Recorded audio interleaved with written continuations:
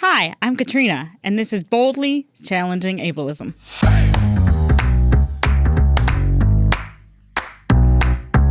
I'm your host, Katrina Simons. I'm the Community Program Specialist at the Institute on Community Integration at the University of Minnesota. This program explores various topics that impact people with disabilities in our community.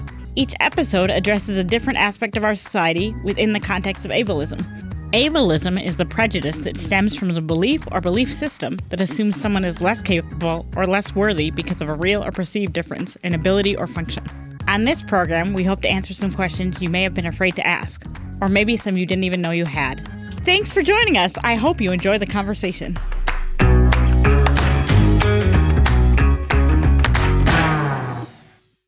Welcome back, everyone. Thanks for coming back, Kathy.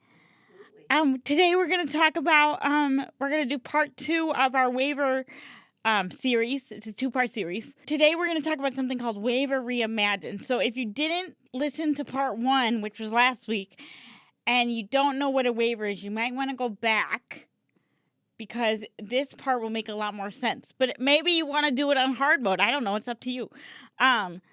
But this conversation will make a lot more sense if you know what a waiver is. So if you don't, go back and listen to part 1 if you want to.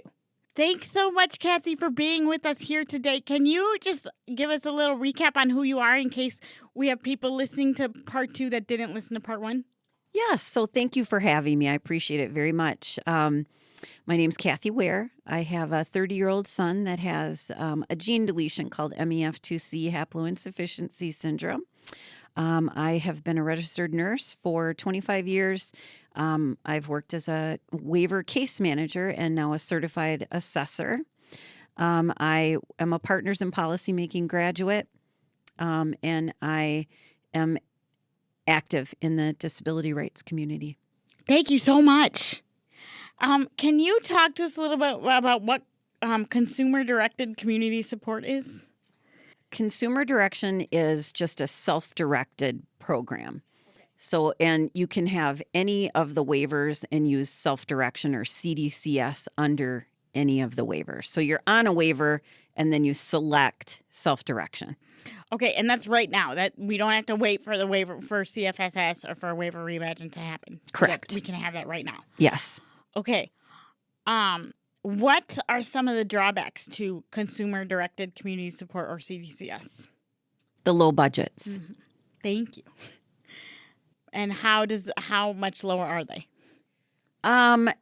If you were on, let's say, a caddy waiver, for instance, and you're on a traditional caddy waiver, the budgets can be, over $200,000 a year, $300,000 a year, based on the person's needs and level of care, and what they get approved for.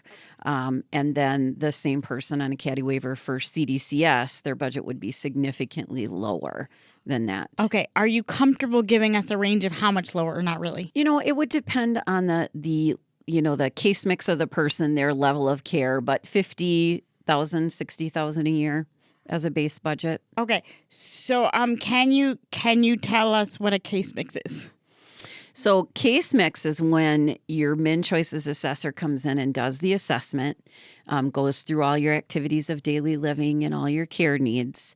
At the end of that assessment, the tool tells you what that person's case mix is based on the assessment process. Okay, and the person themselves, or the person that is their guardian, or the person who is acting in their interest, if it's not the person themselves, like if the person needs more support, then that is not allowed to see the case mix, correct? Oh no, anybody can see the person with disabilities, their legal guardian, anybody can know what their case mix is. Okay, and do they know to ask for it usually? It should come on their documents that they get from the case manager and from the assessor. So you are supposed to have that information. And if you don't, you can always request that they send that to you. Okay. And when you request that they send it to you, do you call the person back that came to do your assessment? Or do you call the county, or who do you call? You would call the person that did your assessment.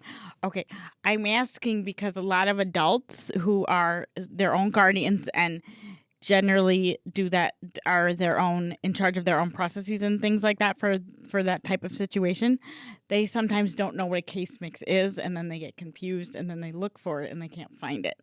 So it should be on the document that you get. Yes, and either your case manager or the Min Choices assessor. Either of them can give you all that information. Not hard to find, not hard to get for you. They can email you those documents or they can send them in the mail. And in fact, they're required to. Okay, and for those same people, are they allowed to see their Min Choices assessment? Yes. Okay. Yep, you can request copies. Officially, they will send you 2 of the documents that come from the assessment. But if you want more than that, you can request all of the documents. So you can have like all the data that they took on you. Correct. Okay. Yep. So just in case you find yourself in that situation, there you go. You can have all your data. Yep. Okay. Can you tell us what Waiver Reimagine is?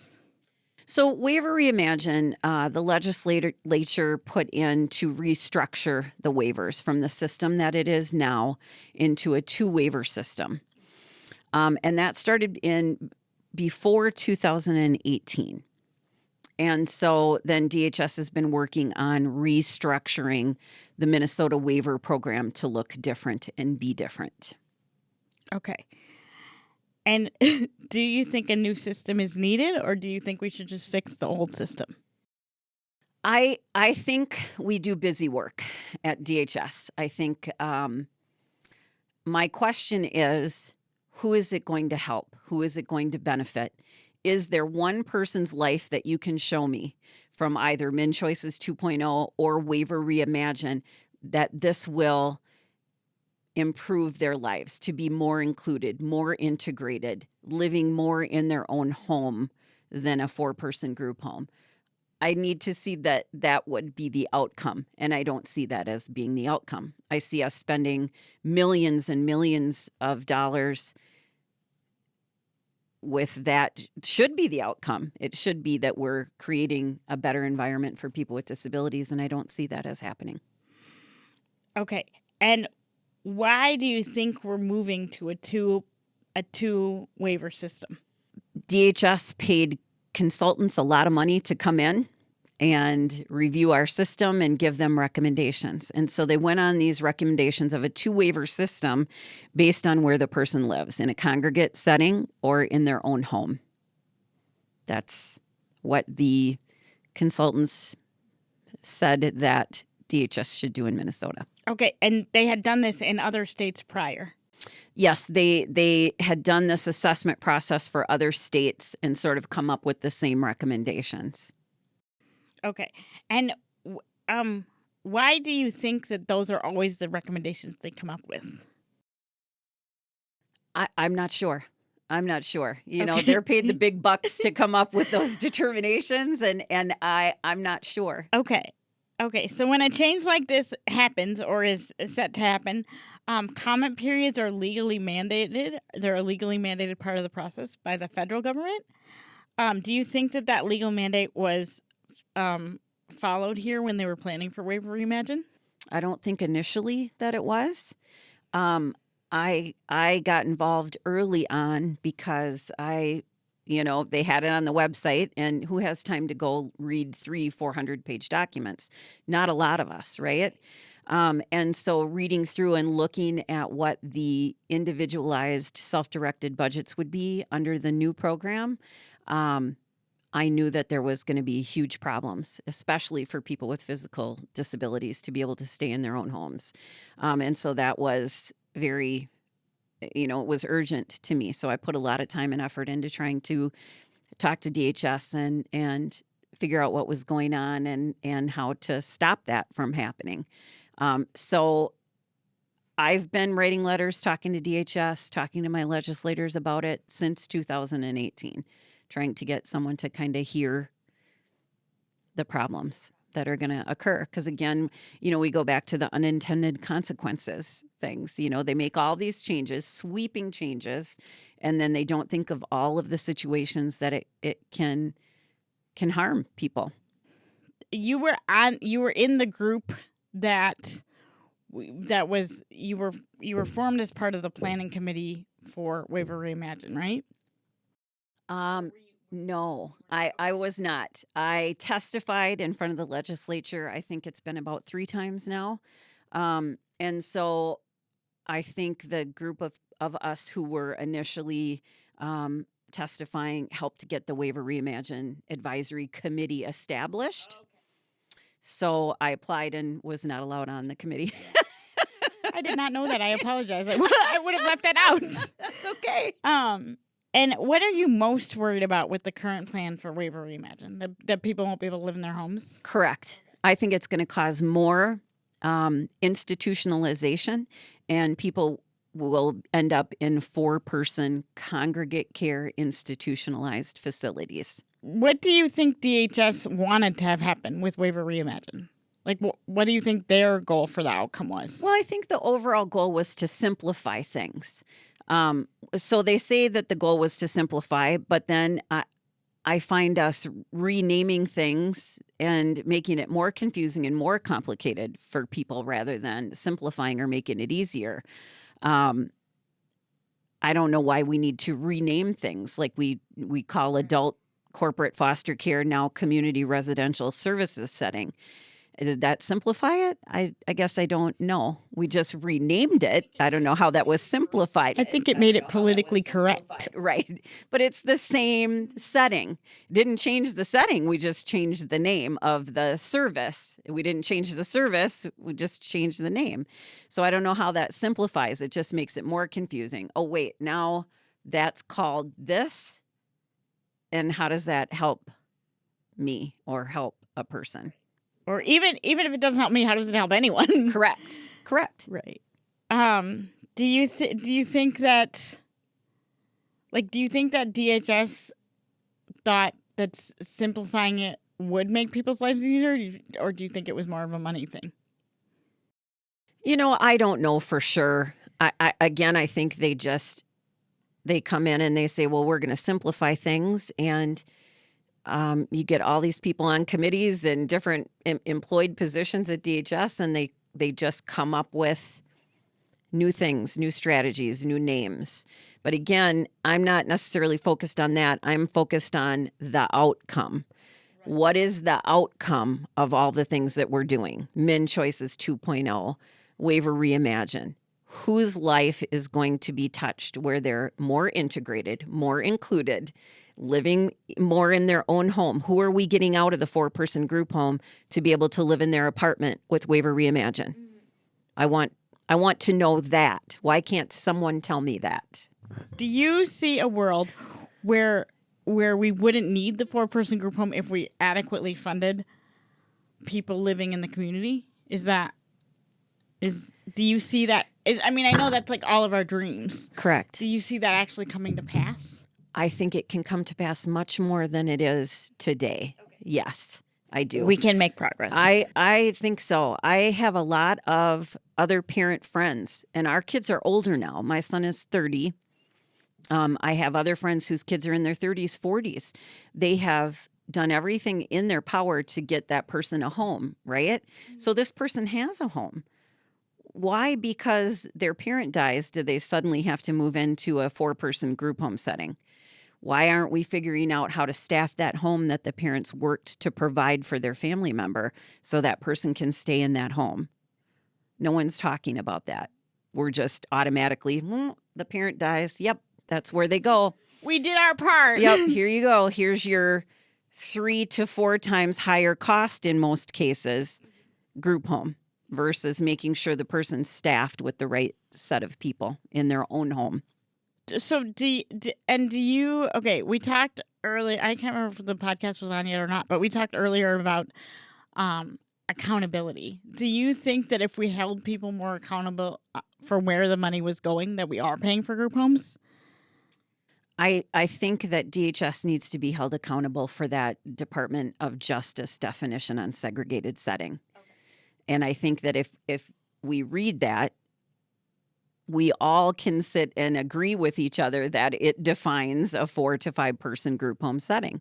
That is a segregated setting. It's not an integrated or inclusive setting under any circumstance. Now, some people may want to be there, and if that's where they want to be, then that's they should have that as an option, right? Well, what I'm saying is there's no equity.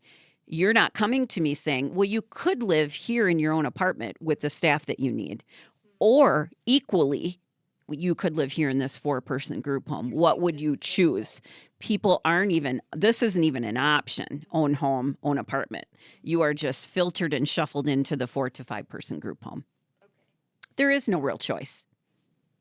In 2000, I think it was 2009. It might have been a different year, but I'm pretty sure it was 2009. Minnesota specifically, the state of Minnesota, and I'm sure it happened in other states too, but specifically the state of Minnesota was found guilty of saying that they were providing people with choice when they were not doing that. And then as a result of that, we had people that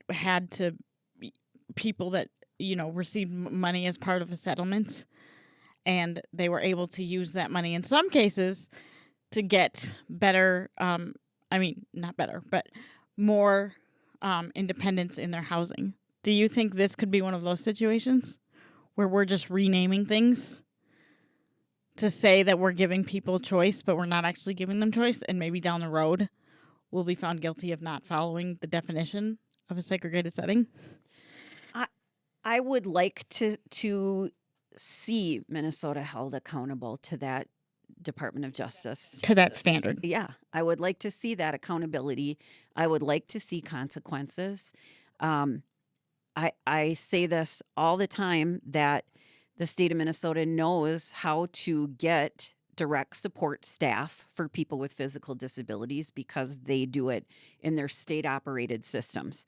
They pay $30 an hour to direct support staff with full state of Minnesota benefits. That's the only way they can get their MinSOCs group homes staffed. What are MinSOCs? Minnesota's state-operated system. So Minnesota operates their own 4 to 5-person site group homes, MinSOCs. They do? They do. Who lives there? Sorry, I don't know this. They do.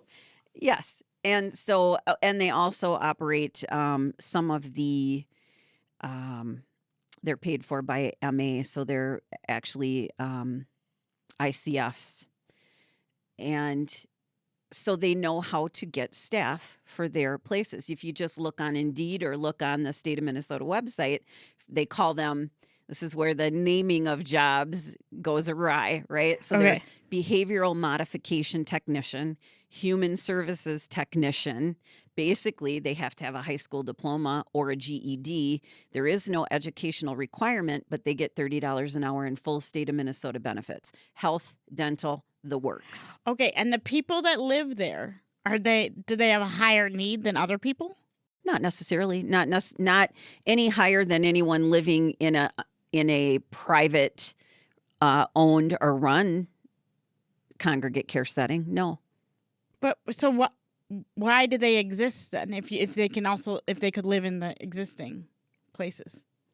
That's a good question. I'm not sure why the state of Minnesota operates their own group homes and their own facilities. I didn't know that they did that. Yeah. And I'm very confused now. Yeah. I mean, not confused. I have so many more questions than I had before. Well, and there also are the state hospitals that they hire the HSTs for and the BMTs for. And I think just the takeaway from that is people with physical disabilities are struggling to live in their own homes or their own apartments because they can't get direct care staff. Mm-hmm. And they can't get direct care staff because they're paid $19 an hour and they have zero benefits. But if we paid them what DHS pays their human services technicians and their behavioral modification assistants, $30 an hour with a full set of state benefits, then I submit that they could. I submit that they could get staff and live in their own home. But for whatever reason, the state isn't willing to provide a self-directed budget that would allow for that for people. And do you think it's because they think they simply can't afford it? I've been told that. I've been told that specifically. And to that I say, when I die, you will. Because there won't be anyone else to provide the informal care for Kylan. And so when I die, they will come up with $600,000-$700,000 a year to pay for him to be in a 4-person group home. But the money will not go towards Kylan's quality of life. The money will go to somewhere Correct. else, He and we will don't know sit where in it will front go. of a television and not leave the group home except maybe for a doctor's appointment. And he'll probably die of a bowel obstruction within 6 months or a pressure ulcer. And that's the truth that nobody is willing to say. It's very sad. It's heartbreaking. It's heartbreaking. I live with that every day, and I think I've got to live till I'm 90. Well, people they just posted on Facebook like the oldest guy in the world. They got a new oldest guy in the world because the old one died because he was the oldest guy in the world. So maybe and he's like 116. So you have good odds. Good Thank you. odds. Well, I'm gonna try. just eat the AG one, the powder. Yeah.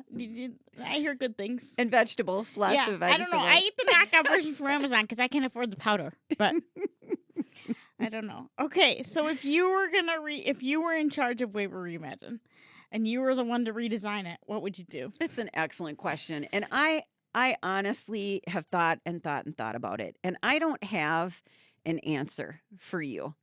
My answer is anything that, again, as I've said before, promotes more integration, more inclusion, and more of folks being able to choose their own apartment or their own home versus a 4-person group home. Any design that does that, I will support. Any design. But what they're doing now isn't that. It isn't that. They're even for people like Kylan who rely on, who are nursing hospital level of care.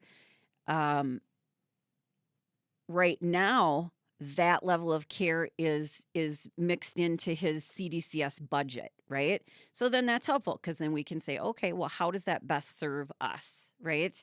And for Ware Reimagine, they're pulling that nursing out of the budget.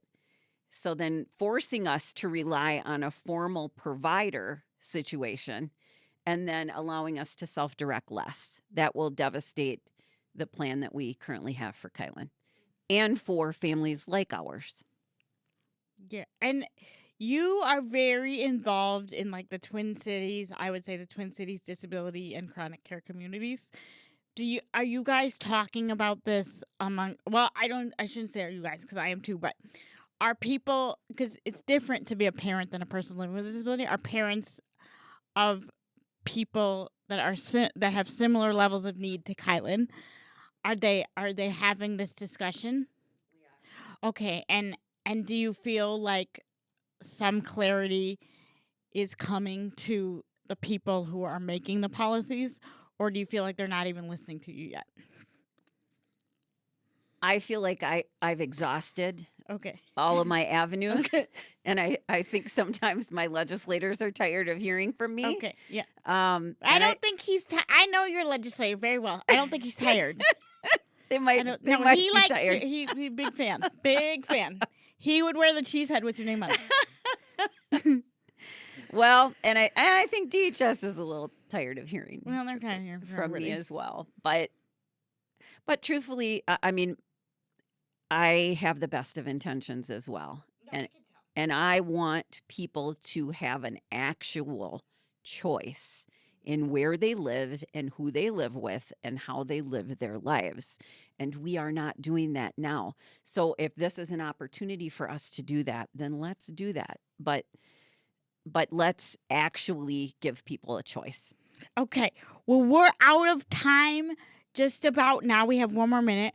But I want to thank you so much. And I want to ask you if there's something that people can do who are listening right now who want to help amplify your voice, because you have really good things to say, and not everyone does.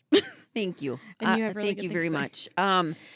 I would just say try to organize with people in your situation, whether it's online, get together with other people. And again, call your legislator, make an appointment. Don't send an email. Go make an appointment, sit with them in a room and say, here are my concerns.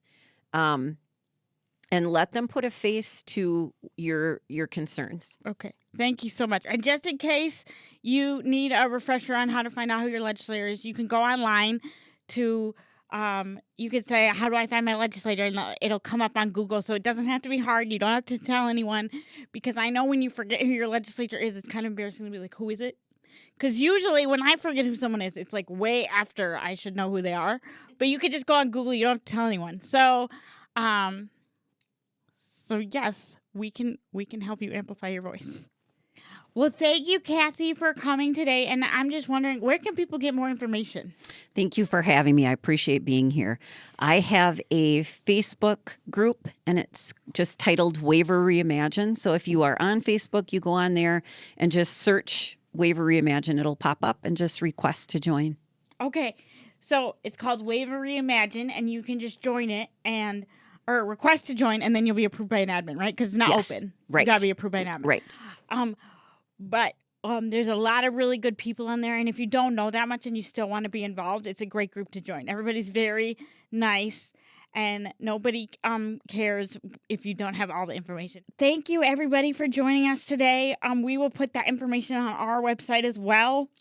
And if you're on the fence about whether to join the Facebook group, please just join. Nobody knows everything in the disability community. There's too many things to know and too many acronyms. And we will love to have new people join us and fight for equity. Thanks for tuning in, and we'll see you next time. Boldly Challenging Ableism is a co-production of AM 950, the progressive voice of Minnesota, and the Institute on Community Integration at the University of Minnesota. For more information, please visit ici.umn.edu.